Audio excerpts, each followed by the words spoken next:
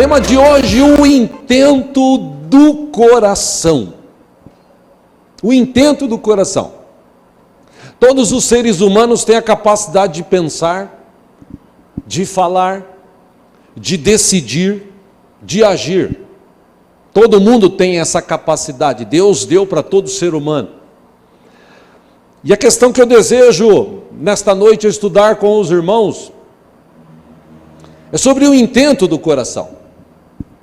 Tudo que acontece no mundo hoje, de ruim principalmente, tudo que está acontecendo nasceu no coração de alguém. Alguém intentou isso, alguém pensou nisso, alguém falou isso, alguém agiu para que isso acontecesse.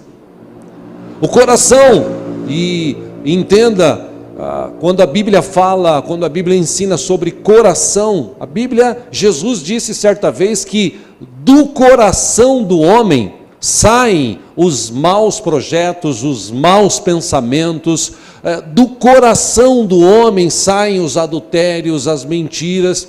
Jesus estava falando da mente, desse coração. A Bíblia também diz que Deus conhece a intenção de cada coração, o intento de cada coração. Por isso que nesse mundo existem pessoas boas, pessoas que têm um bom coração, e essas pessoas, elas falam coisas boas, verbalizam palavras de bênção. Essas pessoas que têm um coração bom, ela tem bons pensamentos. A pessoa que tem um coração bom, ela faz coisas boas. E nós temos também pessoas no nosso século que têm um coração mau, um coração voltado para o mal.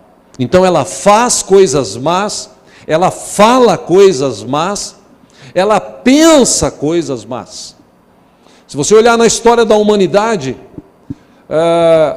um determinado homem no passado, chamado Santos Dumont, um brasileiro que morava na França, dizem que ele que inventou o avião. Atribuem também a invenção do avião para 2 cientistas americanos. Mas falando de Santos Dumont, ele tentou várias vezes, ele tinha um desejo de criar um mecanismo que os homens pudessem ir de um local para o outro numa rapidez maior. E ele conseguiu isso. Ele conseguiu, ele ficou feliz, ele foi reconhecido. A partir dele, ou da ideia dele, se desenvolveu outros aviões, e até o dia que alguém com um coração mau inventou um jeito de pegar aquele avião que era para levar pessoas, carregá-lo de bombas, e estes aviões voando, descarregarem essas bombas sobre países, sobre estados, sobre cidades. Diz a história que quando ele soube disso, quando ele viu isso, ele até chegou a se suicidar. Isso não era o desejo do coração dele, não era o intento do coração dele. O intento do coração dele era abençoar as pessoas.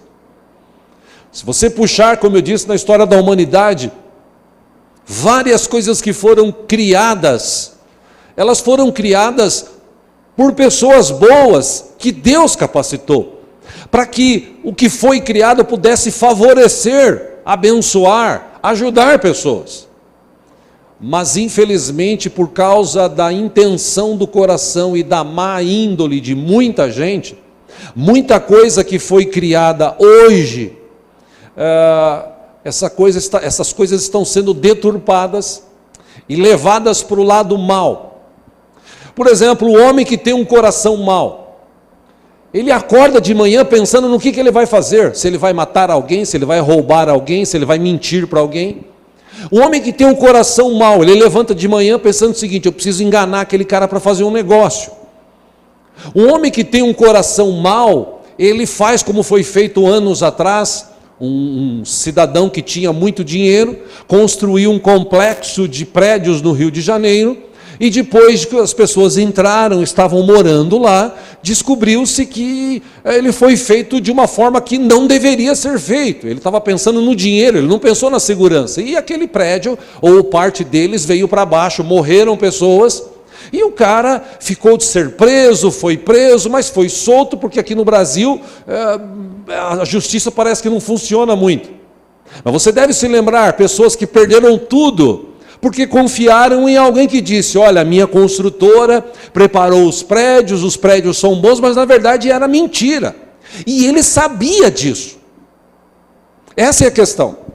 A intenção do coração do homem do século 21 hoje, ela é totalmente voltada para o mal.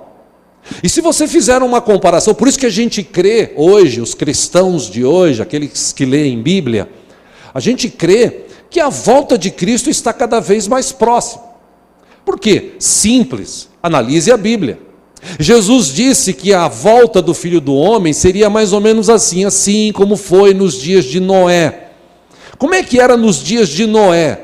Bom, Jesus disse, as pessoas casavam, davam-se em casamento, participavam de festas, legal. Mas o que Gênesis fala, como eram os dias de Noé? Por que Deus resolveu destruir aquela humanidade, aquela parte daquela humanidade? Simples, o texto diz, o coração do homem era totalmente voltado para o mal. Somente Noé, sua esposa, seus filhos e noras, é que tinha um coração bom voltado para Deus. O resto daquela humanidade, eles tinham um coração mau. Eles mentiam, roubavam, matavam, destruíam, eles adulteravam, eles praticavam sexo ilicitamente. Eles viviam uma vida assim regada ao mundo de hoje. Então, se você fizer essa comparação da mente humana naquela época e da mente do homem hoje, você vai ver que os dias de Cristo estão próximos. Afinal de contas, a mente do homem hoje ela é ligada nesse mundo. O homem tem uma mente humana e os cristãos, aqueles que receberam Jesus como Senhor e Salvador um dia em sua vida e entenderam o que é ser cristão, foram batizados e no batismo, a Bíblia diz isso, a pessoa nasce, só que ela nasce agora do Espírito, ela tem uma vida espiritual. Então nós temos uma mente humana e temos uma mente espiritual. O apóstolo Paulo falou sobre isso. Ele ensinou certa vez, dizendo o seguinte, olha, eu vivo uma luta dentro de mim. Que luta é essa? Que tipo de luta é essa? Olha, a minha carne, ela quer fazer algumas coisas e o meu espírito não quer. Mas porque eu estou tão ligado nesse mundo, a gente acaba sucumbindo ao desejo da carne. A mente humana. É interessante que, se você ler a história bíblica, a gente encontra isso exatamente no coração de Caim, esses dois lados, e no coração de Abel. Quando Adão e Eva foram expulsos do paraíso, o texto nos diz que a partir dali, eles tiveram que se virar, cuidar de suas vidas, se autossustentar. E como era antes? Antes, qual era o desejo de Deus? Por que Deus criou o homem? Deus criou o homem, segundo um ou outro texto bíblico, Deus criou o homem também para o louvor de sua glória. Mas o desejo de Deus era se relacionar diariamente com o homem, como ele fazia com Adão. Se você voltar ainda mais na história, quando ainda não existia esse mundo, quando existiam os céus, a sua plenitude, e o diabo, que antes de se tornar diabo ou Satanás, ele se chamava Lúcifer. Lúcifer é anjo de luz. Ele era um anjo de luz que estava em volta de Deus, ele andava, ele voava sobre o trono de Deus. Ele era uma pessoa que foi criada, inclusive, para o louvor da glória de Deus. Deus o criou para isso. A Bíblia, você entende isso quando você lê descrições de Ezequiel, descrições de Isaías. Só que como Deus conhece o intento do coração, Deus sabia o que Satanás, ou então Lúcifer, estava tramando na sua mente. Veja, segundo a gente entende, ele pensou assim, imagina o diabo, ou Lúcifer, adorando a Deus, dirigindo parte do coro celestial, e de repente ele olha toda aquela situação, Deus sentado no seu trono de glória, todo o poder nas suas mãos, anjos, arcanjos, querubins, serafins, estavam ali adorando a Deus, glorificando o seu santo nome. Ele olha tudo aquilo, aí ele pensa. Qual é o pensamento de Lúcifer? Pô, é muito bom ser Deus. É muito bom sentar num trono deste. É muito bom ter poder. É muito bom comandar pessoas ou anjos. É muito bom comandar o mundo. Sabe o que eu vou fazer? Eu acho que eu vou constituir um trono acima do trono de Deus.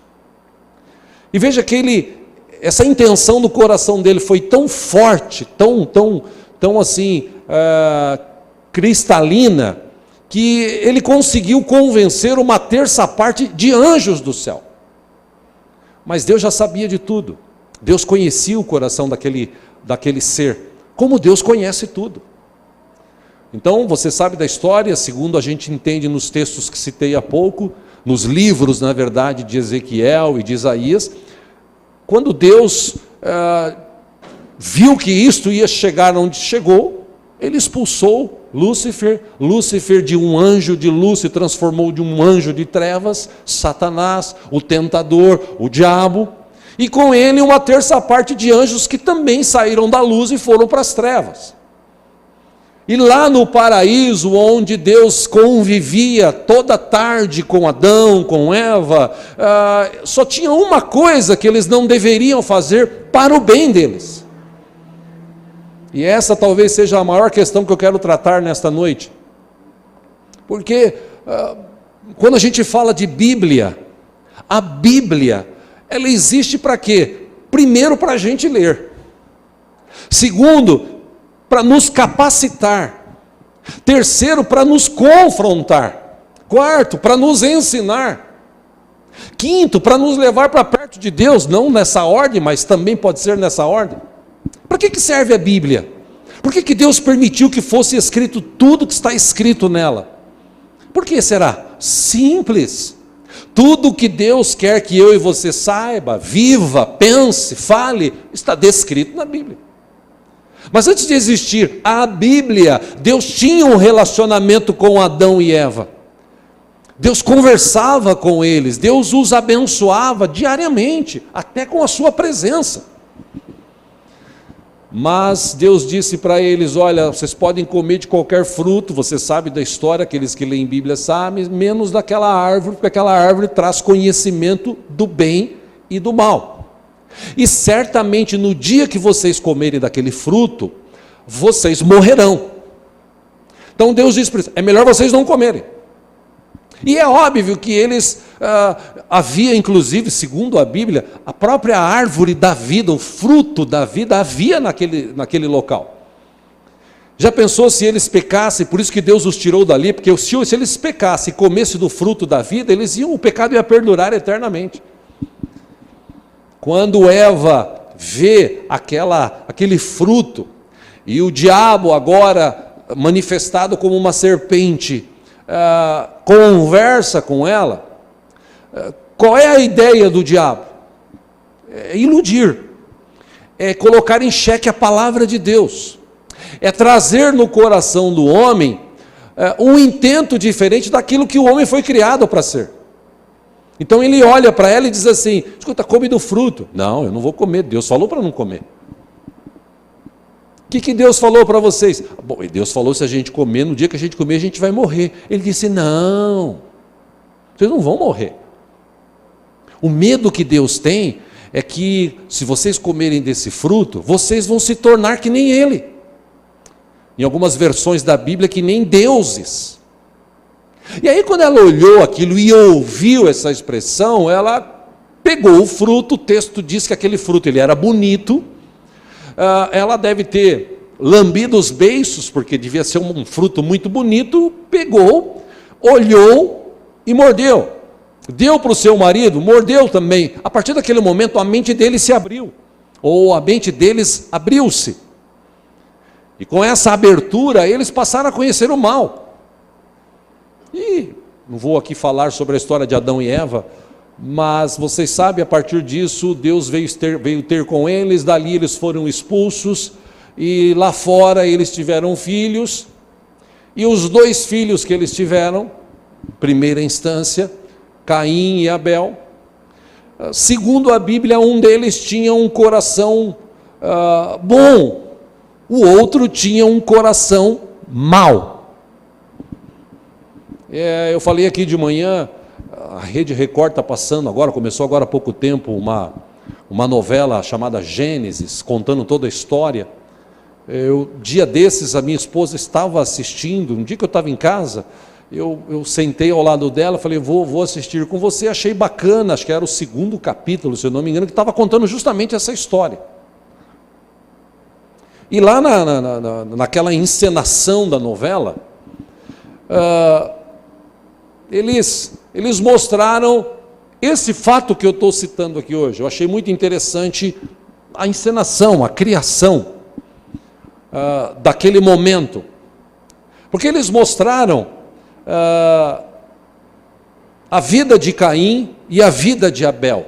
Os dois atores jovens, inclusive, que estão representando os papéis, admirei a capacidade que eles têm, um de mostrar um semblante ruim e o outro de mostrar um semblante melhor, bom. A história nos diz que houve algo que aconteceu no coração deles.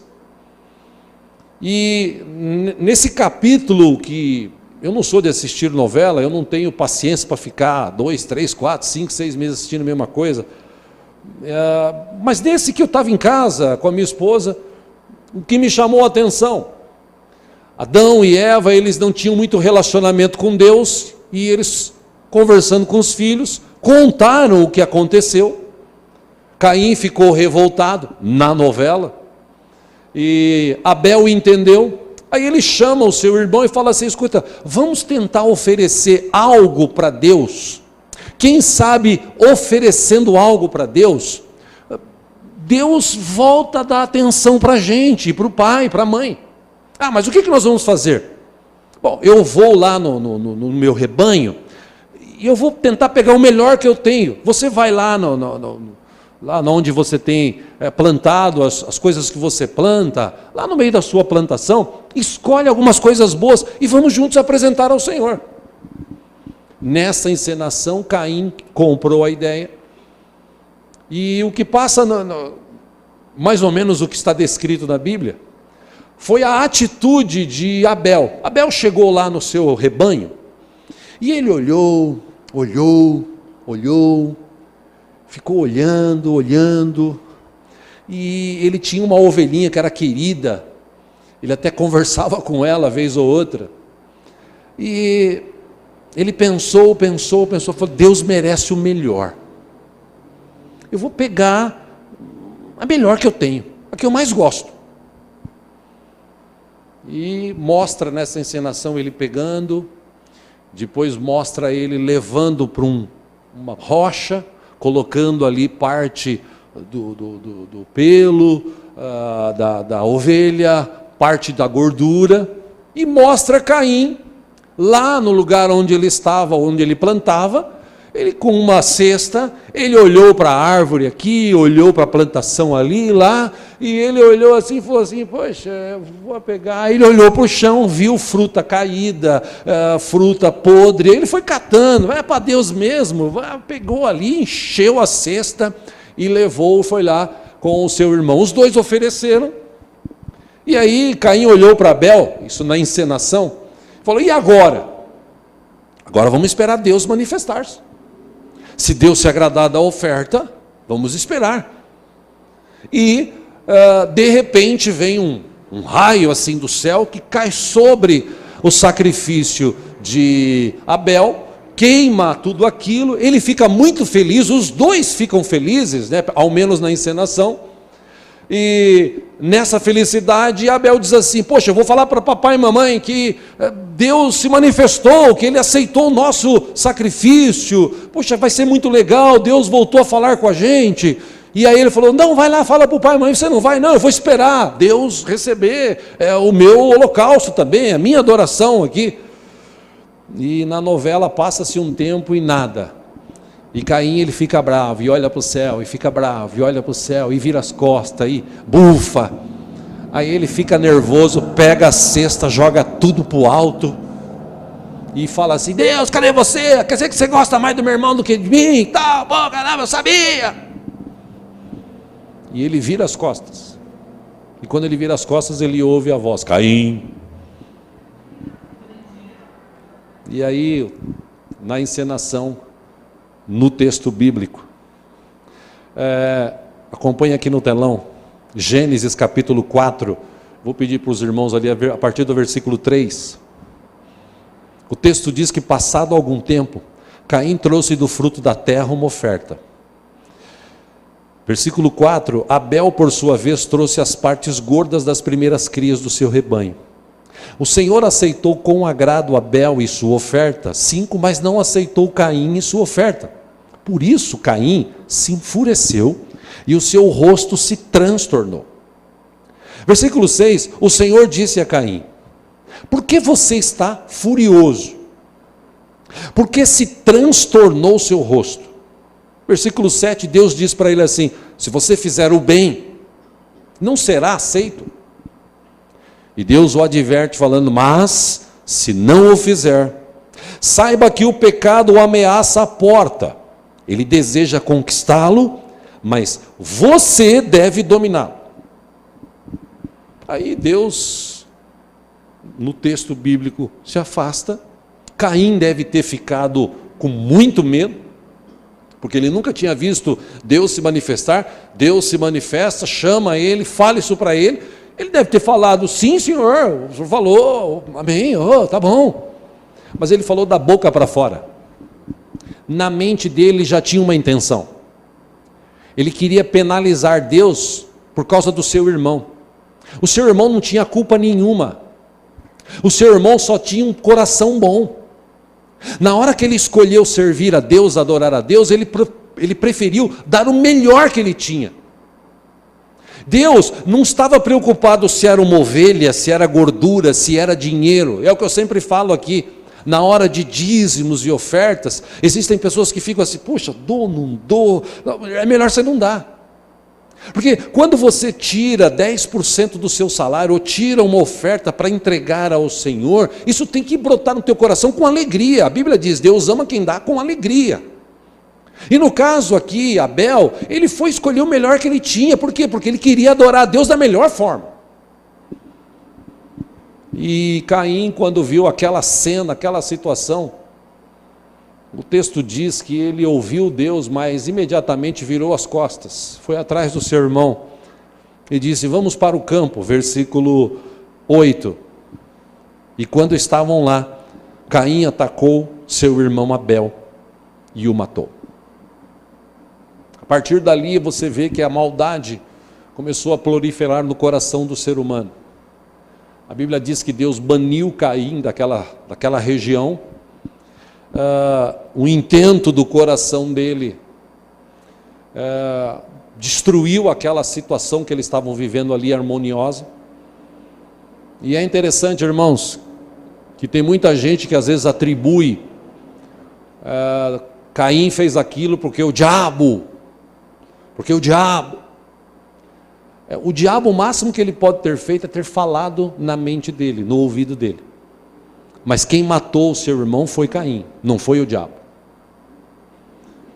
Por que eu estou querendo estudar com os irmãos sobre isso hoje? Porque é um assunto sério, que nós como cristãos precisamos avaliar a nossa mente e ver qual é o intento do nosso coração. Deus sabe. Deus quer fazer até que nós conheçamos qual é o intento, o que nós pensamos hoje, o que nós desejamos hoje, de que forma a nossa mente está ligada, nos céus ou no mundo, de que forma nós reagimos às situações diárias, de que forma nós cremos em Deus, de que forma nós nos apresentamos ao Senhor.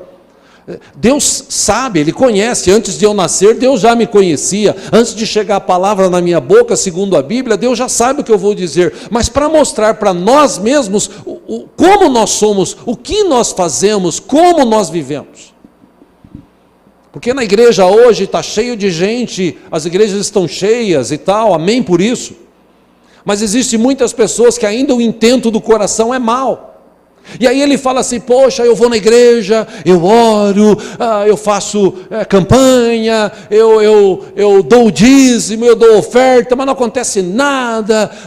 Eu já contei a história aqui de uma pessoa de anos atrás aqui da igreja, que estava na prisão por ter cometido atos ilícitos. A esposa vinha, orávamos, isso há 15, 16 anos atrás, orávamos, e aí um belo dia Deus teve misericórdia, ele saiu da prisão, veio aqui para a igreja, glória a Deus, aleluia, Deus é bom, Deus é maravilhoso, Deus é legal, até passar um ano, e esse ano foi de dificuldade, a igreja ajudou naquilo que foi possível a eles, ela trabalhava, ele começou a trabalhar, acabou perdendo o emprego, e aí passou-se mais um ano, e nesse segundo ano, a mente dele já estava ligada no mundo de novo.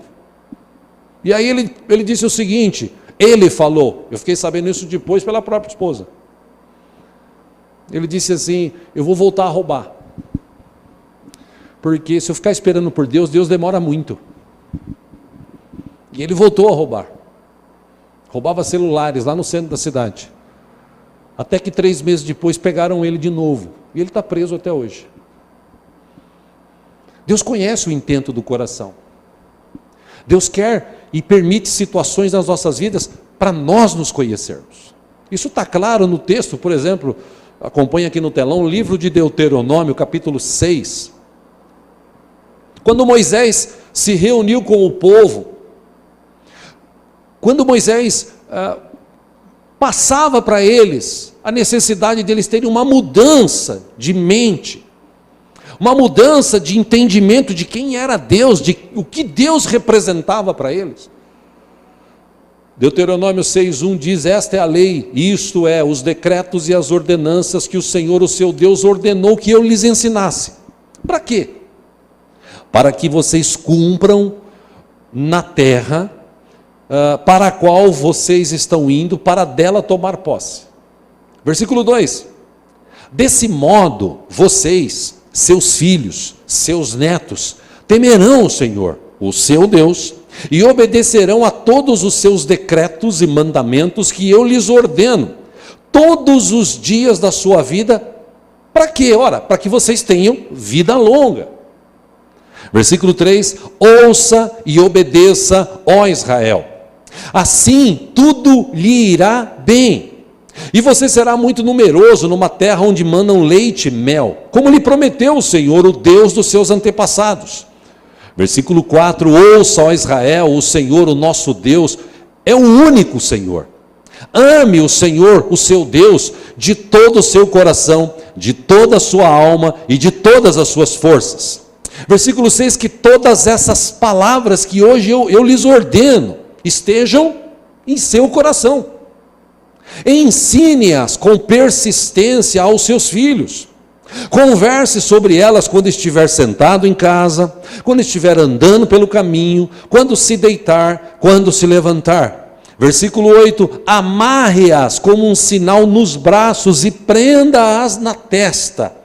Escreva-as nos batentes das portas de sua casa e em seus portões. Por que ele falou isso? Por que ele insistiu com isso? Por que ele mandou escrever? Por que ele mandou colocar no braço? Antigamente eles usavam aquele negócio chamado filactério. Eles tinham vários versículos e parte da Torá escrita, enrolada, e eles tinham essas caixinhas, às vezes de madeira ou de um outro tipo de material, que eles colocavam, prendiam na sua cabeça assim, vinha na testa, e durante o dia, eles tinham um momento, eles puxavam assim, para ler um texto, para guardar no coração.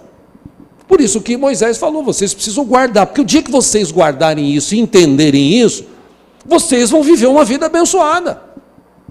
Mas é possível, pastor, hoje, século 21, tanta desgraça, peste, pandemia, crise, é possível viver uma vida abençoada? Claro, Deus ainda está conosco, Deus está aqui conosco nessa noite. Mas povo é povo, como eu sempre digo aqui. Quero ler com você, você que trouxe a Bíblia, Deuteronômio, agora capítulo 8. Veja que interessante. Moisés continua falando, Moisés continua ensinando. Veja o que ele fala para o povo.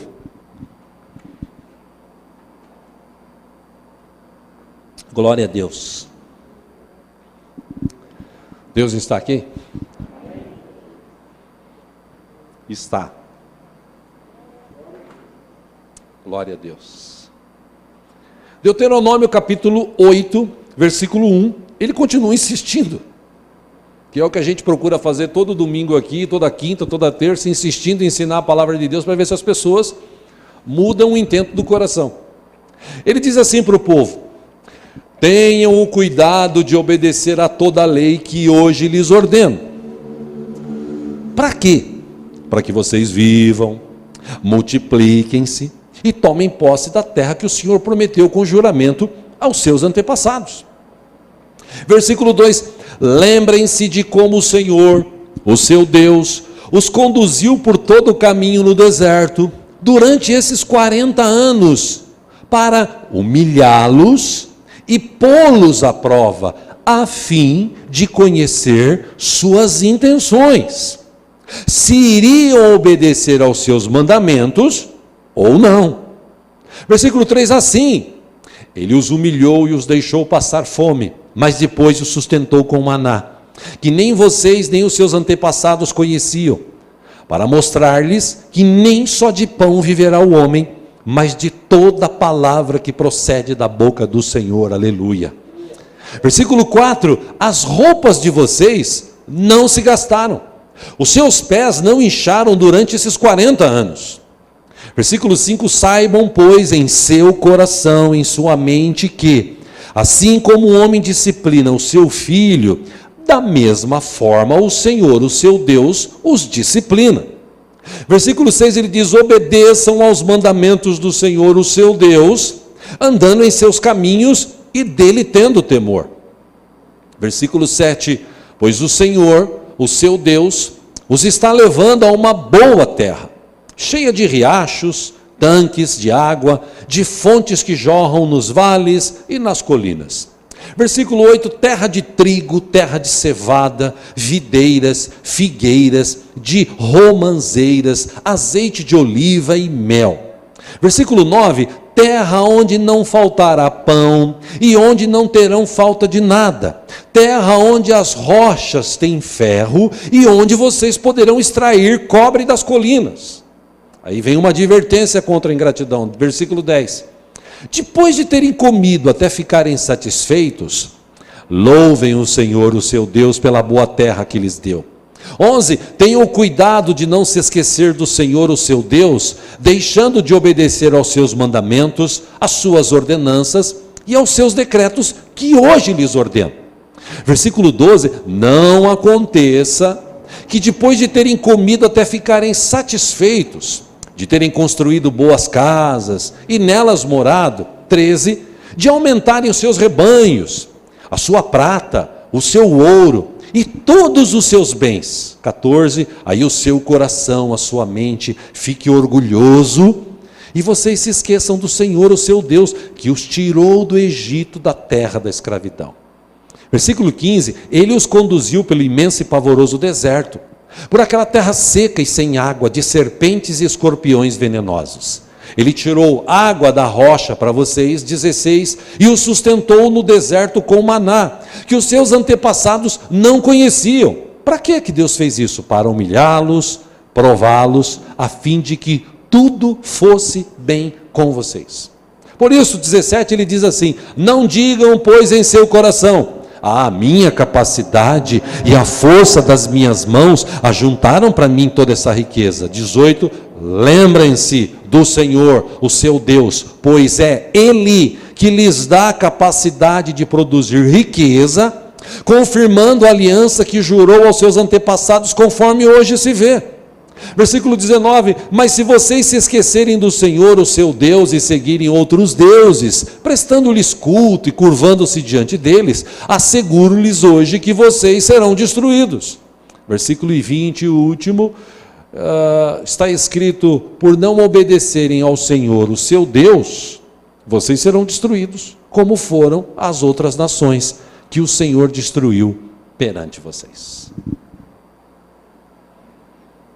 Qual era o intento do coração do povo que saiu do Egito? Eles saíram de lá livres, saudáveis, saíram de lá prósperos, saíram de lá para uma vida maravilhosa. Mas Deus precisava mostrar para eles como é que estava o coração deles. Porque a maioria que saiu dali, o coração ainda era um coração de escravo, mente voltada para o mal. Era tão voltada para o mal, que quando Deus abriu o mar, eles passaram, glorificaram a Deus do outro lado. No outro dia, faltou água, eles já começaram a falar, que a boca fala o que está cheio o coração. O que eles falaram? Foi para isso que você trouxe a gente aqui, Moisés? Para a gente morrer? Vamos morrer de sede. Deus manda água. Aí manda água, eles ficam felizes. Aí no outro dia, agora, nós vamos comer o quê? Não tem comida para tanta gente. Aí Deus manda o maná. Aí eles comem o maná. Nossa, que gostoso. Deus fala para eles assim, olha, vocês vão pegar todo dia. Aí no dia de sábado, que era o chamado sabá deles, né, o dia especial deles para Deus, nesse dia vocês pegam 2 vezes, ou no dia anterior pega 2 vezes, porque nesse dia ninguém faz nada. Mas sabe o que tinha gente, que a intenção no coração dele era assim, eu preciso pegar para amanhã, porque vai que amanhã não vem o maná do céu. Aí quem pegava para outro dia, exceto naquele, apodrecia o que ele pegava, para ele aprender a confiar em Deus. Mas ainda assim, com tudo aquilo que Deus fazia, eles começaram a reclamar, mas lá a gente era escravo e tinha carne, cadê a carne? Aí Deus manda a carne, aí eles reclamam de novo, depois da carne. Ou seja, a mente deles, eles não conheciam Deus na sua essência, eles tinham uma mente voltada para o mal. Eles maquinavam coisas más, eles que tentaram matar, inclusive Moisés. Eles tentaram matar Arão, Josué. Eles tentaram de tudo, a mente deles era voltada para esse mal. O que eu quero te mostrar hoje é que a mente do ser humano hoje, século 21, ela está tão ligada nesse mundo, que as pessoas estão acreditando mais no que se fala no mundo, do que a Bíblia fala aos nossos corações. Nós cristãos precisamos confiar na palavra de Deus. O apóstolo Paulo tratou sobre isso, quando ele escreveu à igreja de Roma, Romanos 12, 2, Paulo escreveu o seguinte, não se amoldem ao padrão deste mundo. Não se amoldem, não tenham molde, não tenha sua mente igual a do mundo. Mas transformem-se pela renovação da sua mente. Você tem que transformar a sua mente. Você não pode ser cristão, dizer que ama a Deus e ter uma mente voltada para o mal. Não pode ser assim. Você precisa transformar. Você não pode ter um molde. O mundo tem um molde. Você não pode ter mais o molde do mundo. Agora você foi tirado do mundo. Você nasceu de novo. Você tem uma nova vida. E nessa nova vida, você tem que agora fazer e pensar coisas boas. Você tem que ter um intento do coração diferente. Ele diz, por que você tem que fazer isso? Ele explica. Para que sejam capazes de experimentar e comprovar a boa, agradável e perfeita vontade de Deus. A questão que eu quero chegar hoje, meus irmãos, é que nós estamos cheios de crentes vazios. Cheio de pessoas que se dizem cristãs, mas não conhecem Deus. Cheio de pessoas que estão na igreja, mas o intento do coração dele ainda é mau. A índole dele ainda é má. Ele diz que conhece Deus, mas a Bíblia diz que quem conhece Deus ama o seu irmão. Como assim? João falou sobre isso. Como é que eu posso dizer que eu amo a Deus, que eu não vejo, se o meu irmão que eu vejo, eu não consigo amar? Por que as pessoas dentro da igreja maquinam mal contra as outras? Por que ainda existem pessoas dentro da igreja que ficam fofocando, falando mal da vida dos outros? Por que será que existe? Porque ainda o coração não houve transformação. Aí você começa a entender por que muita gente dentro da igreja não vai para frente. Por que muita gente dentro da igreja não prospera? Por que muita gente da igreja vive doente? Porque o coração dele, ele pode até mostrar ali na igreja aquele semblante assim de anjo, só falta mesmo a auréola lá em cima para parecer um anjo. Todo mundo olha e fala assim, nossa, aquele irmão tem um semblante bonito, mas o coração só Deus conhece.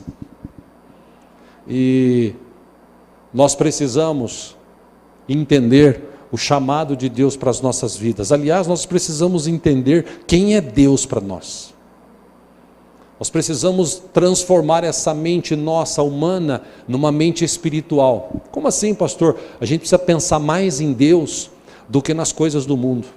A gente precisa se desligar um pouco desse mundo. E esse é o problema. Porque as pessoas vêm na igreja no domingo e elas se ligam nesse momento em Deus, ouvem uma palavra, a maioria às vezes nem ouve. Entra por um ouvido, sai pelo outro. Mas aqueles que ouvem, começa a haver uma mudança.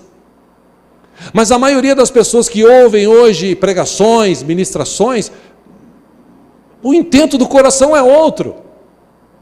Haja visto que no momento, por exemplo, de louvor, existem pessoas que no louvor, elas extravasam a sua alegria, o seu prazer, a sua adoração a Deus, e Deus conhece.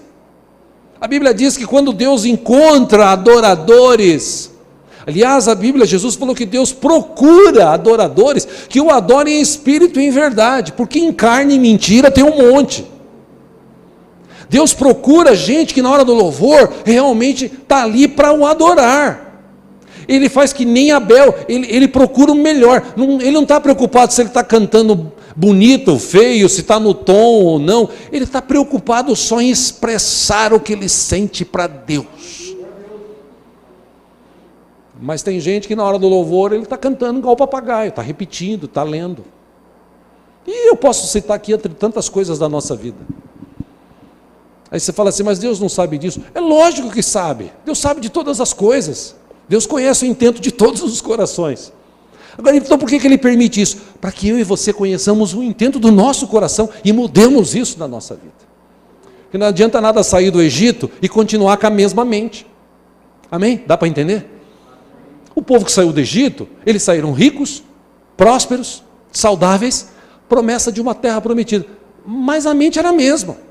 Exceto de alguns ali, a maioria era uma mente humana, ligada ao mundo, ligada às coisas. Jesus, inclusive, certa vez, ele advertiu os irmãos, as pessoas da época, nessa questão de dinheiro. Hoje as pessoas são ligadas ao dinheiro, elas precisam do dinheiro, elas querem o dinheiro. Pô, pastor, mas eu preciso me sustentar. Sim, não estou falando que você não pode ter dinheiro, mas a mente humana hoje ela é tão voltada para isso, tão preocupada com isso, que até existem igrejas que a ênfase que ela dá nas pregações e ministrações é sobre prosperidade, porque sabe que as pessoas estão loucas atrás de dinheiro e vão fazer de tudo para ter dinheiro, vão querer fazer troca com Deus. Tem igreja que ensina você a fazer troca com Deus, dá os 10% que Deus vai dar 100 vezes mais na sua vida, e o texto da palavra não fala nada disso. Mas tem gente que ele está assim tão ligado que ele quer dinheiro, então ele fica ali na igreja esperando aquela expectativa de Deus, e Deus conhece o intento do coração. Deus sabe por que o cara está ali. Entende porque tem muita gente que entra na igreja e sai do mesmo jeito? Porque Deus conhece o intento do coração. Não adianta querer enganar Deus. E certa vez Jesus ele disse assim: tome muito cuidado. Tome muito cuidado, porque o dinheiro, mamon é uma expressão que, traduzindo para o português, quer dizer Deus de dinheiro, dinheiro. Em Mateus 6:24, Jesus disse assim: ninguém pode servir a dois senhores. Por quê? Ora, porque há de odiar um e amar o outro, ou se dedicará a um e desprezará o outro. Não podeis servir a Deus e a Mamon. Você não pode ter dois deuses, você precisa escolher. Foi exatamente o que Moisés falou para o povo. Esse Deus que libertou vocês não podem ter outros deuses agora. E lembre-se, vocês estão indo para um lugar, esse lugar que onde vocês estão indo, Deus baniu o povo de lá. Por quê? Porque eles eram cheios de altares, eles tinham vários deuses, eles adoravam várias outras coisas. Então, como Deus não compactua com isso, Deus tirou eles de lá e vai dar aquele lugar para vocês, mas cuidado para vocês não caírem na mesma cilada daquele povo. Irmão, foi batata. Se você ler a Bíblia, passado alguns anos, alguns começaram a praticar as mesmas coisas que os outros povos praticavam. Por isso que Jesus, quando tratou essa área financeira, ele disse: você não pode ter dois senhores. O dinheiro não pode ser o seu senhor. Você que tem que ser o senhor dele. Você não pode servir o dinheiro, você tem que deixar o dinheiro servir você. Mas infelizmente o tempo que nós vivemos é tão difícil, e eu quero encerrar falando sobre isso, que você vê que nessa pandemia, ela veio para mostrar a intenção do coração das pessoas. Algumas pessoas nessa pandemia desistiram de ser cristãos. Desistiram. Não, eu não quero mais ser crente. Para que ser crente? Para que crer em Deus? Deus não existe. Se Deus existisse, a gente está vivendo essa desgraça. Mas onde está escrito na Bíblia que nós teríamos uma vida cheia de rosas? Em nenhum lugar. Ao contrário, Jesus disse: no mundo vocês terão aflições. Ele não enganou ninguém. Mas infelizmente, no tempo que nós estamos vivendo, muita gente está desistindo de ser cristão. Por quê? Fala assim: esse negócio de ser crente aí, muito difícil. Negócio aí de servir a Deus, olha, é muito difícil. O chamariz do mundo é muito grande hoje, principalmente para os jovens. O diabo está aí soprando nos ouvidos, mostrando situações, né, que a pessoa pode cair que nem um pato. Mas Deus continua o mesmo, de braços abertos, para receber todos aqueles que o declaram como Senhor e Salvador. Infelizmente, muita gente não entendeu o propósito de Deus para mim e para a tua vida. Tomara que a gente tenha entendido e essa intenção do nosso coração comece a mudar. Porque como igreja, eu já falei aqui outras vezes, eu repito, igreja é que nem a arca. A arca tinha animal de tudo quanto é tipo. A arca ela balançava na água. A arca estava suja de fezes, de urina, para não falar cocô e xixi, né? Fezes e urina de vários animais. E lá dentro, apesar das fezes, da urina, apesar do balançar, apesar das diferenças, era o único lugar onde eles tinham salvação. Igreja é a mesma coisa. Está cheio de gente diferente. Me permita essa brincadeira, está cheio de animal de tudo quanto é tipo na igreja. Tem uns que são inteligentes, tem outros que são meio assim, né? Tem uns que têm unção, tem outros que não. Tem uns que têm talento, tem outros que talento. Mas está na igreja, ótimo. É o melhor lugar para estar. Por quê? Porque aqui Deus se manifesta. Porque aqui a gente olha para o outro e vê que todos nós erramos. A gente não pode ter o pensamento assim: ô irmão, eu amo você, mas por dentro assim, não vou com a cara desse irmão. Qual é a intenção do teu coração? Eu não sei, mas Deus sabe. Por isso que, infelizmente, muita gente, por não entender isso, achar difícil viver como cristão, está desistindo. E tem um texto em Malaquias, capítulo 3, capítulo 3, versículo 13. Ufa, né, irmãos? Não vai falar de dízimo, porque de 3 a 10 fala de dízimo. Mas Malaquias 3:13. Deus fala para o povo daquela época, faz uma comparação com hoje. Vocês têm dito palavras duras contra mim, diz o Senhor. Ainda assim perguntam, o que temos falado contra ti? Versículo 14, vocês dizem, é inútil servir a Deus. O que ganhamos quando obedecemos aos seus preceitos e ficamos nos lamentando diante do Senhor dos Exércitos? O que a gente ganha? Vir para a igreja, ofertar, entregar dízimos, usar o seu talento e cantar, tocar, servir, abençoar, falar. O que eu ganho com isso? O que eu ganho em sair daqui para minha casa e amar minha esposa, amar meu filho, amar minha nora, meu neto, os meus amigos, os meus irmãos, os vizinhos? O que eu ganho quando eu estou no trânsito, o cara me dá uma fechada e eu falo, vai com Deus? Em vez de falar para ele, vai lá para a Avenida Itaberaba, 4.330. O que eu ganho quando eu sou assim? Eu não ganho nada. Porque não vale a pena viver assim. Na mente de muita gente. Mas Deus está vendo tudo isso.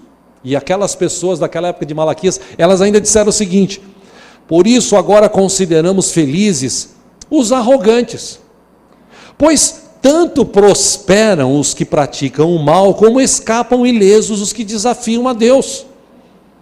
Versículo 16, depois aqueles que temiam ao Senhor conversavam uns com os outros, e o Senhor os ouviu com atenção. Foi escrito um livro como memorial na sua presença acerca dos que temiam ao Senhor e honravam o seu nome. Aí Deus diz: no dia em que eu agir, eles serão o meu tesouro pessoal. Eu terei compaixão deles como o pai tem compaixão do filho que lhes obedece. 18, então vocês verão novamente a diferença entre o justo e o ímpio, entre o que serve a Deus e o que não serve. Vai chegar um dia que essa diferença vai ficar clara. Com tudo isso que eu disse hoje, como está a nossa mente hoje? O intento do nosso coração. Na época de Isaías 29:13, o Senhor disse através da boca do servo dele: esse povo se aproxima de mim com a boca e me honra com os lábios, mas o seu coração está longe de mim. A adoração que me prestam só é feita de regras ensinadas por homens. O que Deus está falando aqui? O povo que está na igreja, que está na presença dele. Tem gente que está na igreja, isso já aconteceu até aqui no passado. Um barato até, a gente deu risada no dia, faz tempo. Veio um pregador aqui, ele falou assim: irmão, toma cuidado, porque Deus vai mandar você para o inferno. Aí a pessoa no meio falou: aleluia! Aleluia! Oh, Jesus, tem misericórdia. Onde estava a mente dessa pessoa? Longe. Estava falando aleluia, mas não estava entendendo o porquê. E por que aconteceu isso? Porque ele estava aqui, mas a mente estava fora. Então na hora do culto, para que eu vim ao culto? Para que você está em casa assistindo? Por isso que em casa é difícil você assistir culto. Eu já falei aqui, um amigo, irmão da gente, ele falou: pastor, lá na igreja dele, quando começou a transmissão assim, lá no meio da pandemia, ele falou: no começo eu sentava com a minha esposa e meu filho, a gente sentava, trocava de roupa, sentava no sofá, pegava a Bíblia e assistia o culto. Aleluia, glória a Deus, vamos ficar em pé, vamos bater palma, é culto. Isso foi no primeiro mês. No segundo mês a gente já estava mais relaxado, nem trocava de roupa. No final a gente já estava na cama, comendo pipoca, assistindo o culto. Mas eu estou assistindo o culto. Sim, você está assistindo, você não está participando. Porque o mesmo Deus que está aqui está em casa. Então, Deus conhece o intento. Aí a pessoa fala assim: poxa, você vê, eu vou na igreja, eu faço isso, não acontece nada. Por quê? Porque Deus é ruim? Porque Deus não abençoa? Lógico que não. Deus conhece o intento do coração das pessoas. Eu falei aqui de manhã, tem gente que pede assim: Deus, deixa eu ficar rico, Deus, transforma a minha vida com riqueza, Senhor. Aí se eu fosse Deus, eu não sou, mas se eu fosse Deus, eu falava assim: por que você quer dinheiro? Eu quero dinheiro porque eu quero comprar carro. Eu quero dinheiro porque eu preciso viajar o mundo, eu preciso. A mente humana, ela está tão ligada nessas coisas, que o cara pega dinheiro e ele para gastar com coisa fútil, ele gasta, ele dá até um jeito. Eu conheço uma pessoa assim, inclusive. Ele dá um jeito, mas quando chega na igreja, você fala assim: vamos ofertar. Hoje eu não tenho. Dá um jeito. Não, mas não vou dar jeito, não. Para comprar coisa lá fora, o cara passa o cartão e ele fala assim: se Deus quiser, daqui 30 dias eu pago. Se eu não pagar, eu pago o mínimo, mas depois eu vou me ajustando. Agora na igreja ele não passa o cartão, não que seja obrigado a passar.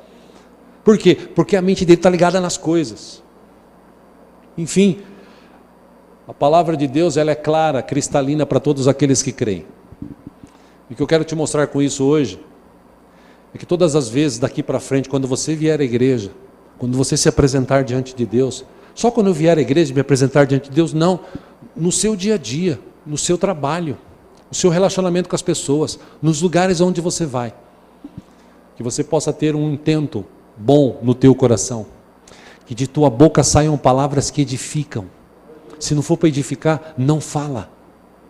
Que na tua mente venham pensamentos bons. Eu falei para uma das irmãs aqui da igreja que ela felizmente foi contaminada com o vírus, e ela disse: estou no hospital, estou esperando, está difícil, está demorando, ai meu Deus e tal. Eu falei: calma, irmã, calma. Filipenses 4:8. Pensa naquilo que é bom, pensa naquilo que edifica, pensa naquilo que traz paz para o teu coração, Porque você tem uma mente renovada. Você não está mais ligado nesse mundo. Você vive nesse mundo. Mas você não está mais ligado aqui. Por quê? Porque agora você sabe que tem um Deus vivo e poderoso que anda contigo toda hora, todo tempo. Ele te guarda, Ele te livra, Ele te cura. Não, é verdade, né, pastor? Sim, irmã. Senão, para que a gente tem a Bíblia? A gente precisa mudar essas questões dentro da nossa mente. A verdade, meus irmãos, é que o intento do nosso coração, ele precisa ser renovado. O mundo tem um molde, nós precisamos sair desse molde e viver o molde dos céus. Tem uma mente boa, uma mente que pensa coisas boas, uma mente que quando fala coisas boas, uma mente que quando faz algo, faz coisas boas. Ah, pastor, mas ninguém vê isso. Deus conhece o intento do coração. Mas no meio do louvor, pastor, eu vejo gente conversando, eu vejo gente dando risada, olhando no celular. O importante é você. Se você está aqui ou em qualquer lugar adorando a Deus em espírito e em verdade, Deus conhece o intento do teu coração e a bênção vem dele. Amém? Vamos ficar em pé juntos?